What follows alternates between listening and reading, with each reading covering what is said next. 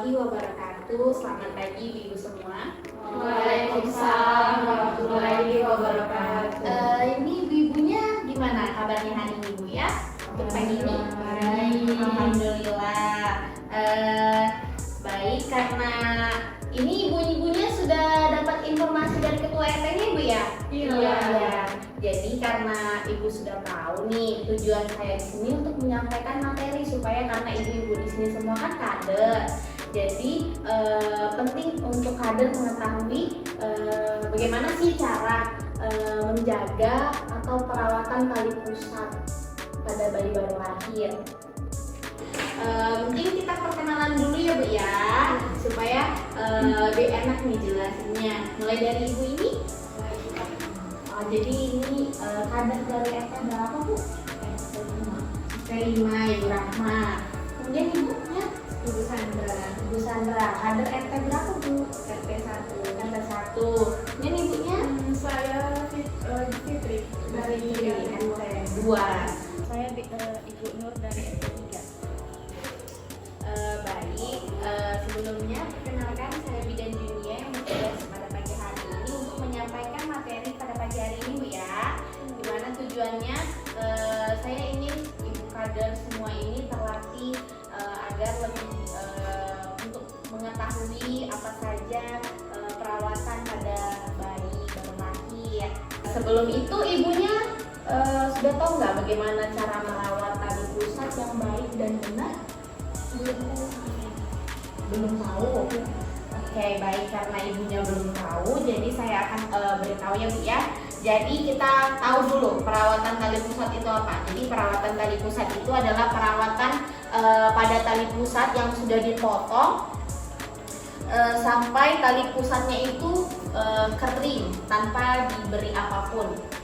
Nah Bu, di sini ada tujuan perawatan tali pusat itu ya Bu ya. Yang pertama kita mencegah infeksi. Kenapa bisa mencegah infeksi? Karena kita rawat tali pusatnya supaya terhindar dari infeksi. Kita jaga benar-benar kebersihannya. Kemudian kita mempercepat proses pengeringan. Nah, jadi kalau kita rawat terus tali pusatnya, jadi sehingga cepat kering biar bisa cepat putus dari bayinya. Kemudian bisa mencegah terjadinya tetanus pada bayi baru lahir. Nah, tetanus itu Bu penyakit. Nah, penyakit yang disebabkan karena bakteri. Nah, jadi karena kita tujuan perawatan tali pusat itu kita menjaganya benar-benar. Jadi salah satu tujuannya adalah untuk menjaga agar bayi itu tidak terkena tetanus. Kemudian di sini ada tanda-tanda infeksi dulu ya Bu ya, tanda-tanda infeksi tali pusat. Nah, jadi jika ibu mendapat kasus yang misalnya tali pusatnya itu berwarna merah atau bengkak, kemudian keluar cairan yang berbau atau bernanah, kemudian ada yang keluar darah terus-menerus dari tali pusatnya. Setelah itu biasanya bayinya itu demam. Nah, itu ibu segera menganjurkan ibunya untuk periksa ya Bu ya. Nah, kemudian di sini ada cara perawatan tali pusat yang baik dan benar. Nah Bu, di sini kemudian ada cara perawatan tali pusat yang baik dan benar. Untuk alat dan bahan yang kita gunakan itu Bu, cukup air hangat. Terus bisa menggunakan kapas. Kalau tidak ada kapas boleh kain bersih ya Bu ya. Kemudian untuk cara-caranya itu yang pertama Bu, kita cuci tangan dulu supaya tangan kita ini kan sering bersentuhan kesana sini. Jadi ditakutkan tangan kita ini ada bakterinya. Jadi takutnya terjadi infeksi pada tali pusat. Jadi sebelum itu kita cuci tangan dulu, kemudian kita keringkan dengan handuk bersih, kemudian kita turunkan sedikit bagian popoknya bayi, kemudian kita buka bungkus tali pusat yang dipasang, kemudian kita bersihkan tali pusat di area sekitar pinggir-pinggirannya menggunakan kapas atau kain yang sudah dibasahi dengan air hangat. Setelah itu kita keringkan tanpa kita menggesekkan kainnya. Jadi kita hanya tek-tek aja ya Bu ya. Kemudian dengan itu rawan ya Bu ya, belum kering, kemudian belum masih sakit bayinya, di sininya tuh masih apa ya, masih belum kering, kemudian belum istilahnya kalau luka belum sembuh gitu kan ya. Kemudian setelah kita basahi dengan kita seka dengan air hangat, kemudian kita keringkan. Pastikan pada saat kita lakukan pengeringan itu benar-benar kering. Kemudian setelah kita lakukan pengeringan, kita bungkus lagi kembali tali pusatnya agar terhindar dari infeksi. Kemudian untuk perawatan tali pusat itu Bu, sebaiknya jangan digunakan kayak seperti bedak supaya cepat kering, atau diberi kopi, atau diberi kunyit supaya cepat kering, atau betadine jangan ya Bu ya. Memang dulu memang menggunakan itu, namun seiring perkembangan pengetahuan itu sekarang tidak boleh Bu, jadi sangat berbahaya bagi bayi.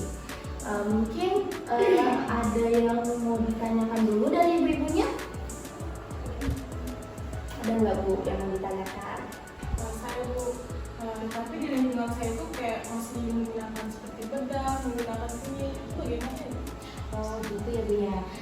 Baik, di sini saya menjawab. Itulah tujuan saya menyampaikan materi pada kali ini untuk agar kader-kader, ibu kan kader-kader nih. Nah, agar kader-kadernya ini, ibu sebagai kader itu bisa mengarahkan orang-orang di sekitarnya ibu supaya misalnya jangan menggunakan itu, karena memang dulu boleh digunakan, namun seiring perkembangan pengetahuan itu sudah dilarang ya Bu ya. Karena kalau misalnya kita beli sembarangan bahan-bahan itu kan kita nggak tahu Bu ya kandungannya, bisa saja kandungannya itu bisa menyebabkan tali pusatnya itu infeksi. Jadi mulai sekarang itu tidak diberi apapun. Nah, untuk lingkungannya mungkin ibu-ibu semuanya bisa dibantu untuk beri edukasi, jangan langsung menjudge bahwa itu salah, tapi kita pelan-pelan saja beritahu bahwa kita kasih tahu ibu-ibunya bahwa kalau dilakukan ini bisa menyebabkan infeksi, di mana infeksinya nanti bisa berakibat penyakit tetanus tadi ya Bu ya.